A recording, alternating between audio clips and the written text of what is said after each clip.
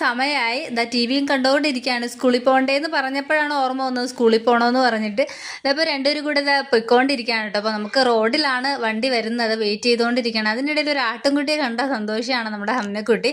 നമ്മുടെ ഓട്ടോ വന്നിട്ടുണ്ട്, നമ്മുടെ അതിലോട്ട് ഞാൻ അവരെ കയറ്റി വിട്ടിട്ടുണ്ട്. ഇനി വൈകുന്നേരം കാണാം. അപ്പോൾ ഞാനിതാ തിരിച്ച് വീട്ടിലോട്ട് പോവുകയാണ് കേട്ടോ. അപ്പോൾ ഞാൻ വിചാരിച്ചു ഒരു ഹെയർ പാക്ക് ചെയ്യാമെന്ന് പറഞ്ഞിട്ട് ഉലുവയും പിന്നെ കറ്റാർ വാഴയും ചെമ്പരത്തി ഇട്ടിട്ട് ഒരു മിക്സ് ഒരു ഹെയർ പാക്ക് ഉണ്ടാക്കിയിട്ടുണ്ട്. അത് തലയിൽ അപ്ലൈ ചെയ്ത് കുളിച്ച് ഫ്രഷ് ആയിട്ടിരുന്നപ്പോഴേക്കും വൈകുന്നേരം ആയിട്ടോ.